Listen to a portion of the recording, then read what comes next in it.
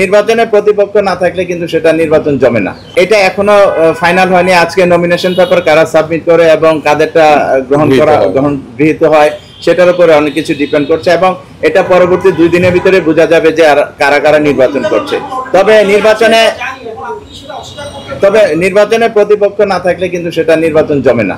সুতরাং আমরা চাই একটা সঠিক সুন্দর নির্বাচন।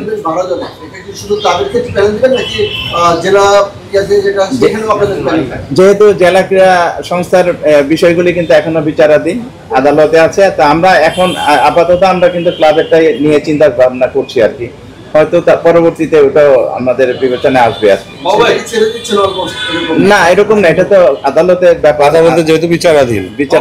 আমরা গতকাল দেখলাম যে ইফতেখার রহমান সবাই নিউজ করেছি যে স্বতন্ত্রভাবে ইলেকশন করছে, সবাই তো স্বতন্ত্র হয়ে গেলেন, আপনাদের সাথেই করছিলেন, সবাই তো স্বতন্ত্র। 9+3 বা 10+2 এর কারণে কি তিনি বাদ পড়ে যাচ্ছেন? এরকম একেবারে না, কারণ হলো তার সবাই না, এরকম নয়। জিনিসটা হলো এই ক্লাবগুলি কিন্তু মানে ঝুলে গিয়েছিল বা 15টা ক্লাব, সেই ক্লাবের একটি ক্লাবের কাউন্সিলর ছিলেন ইফতেখার মিঠু।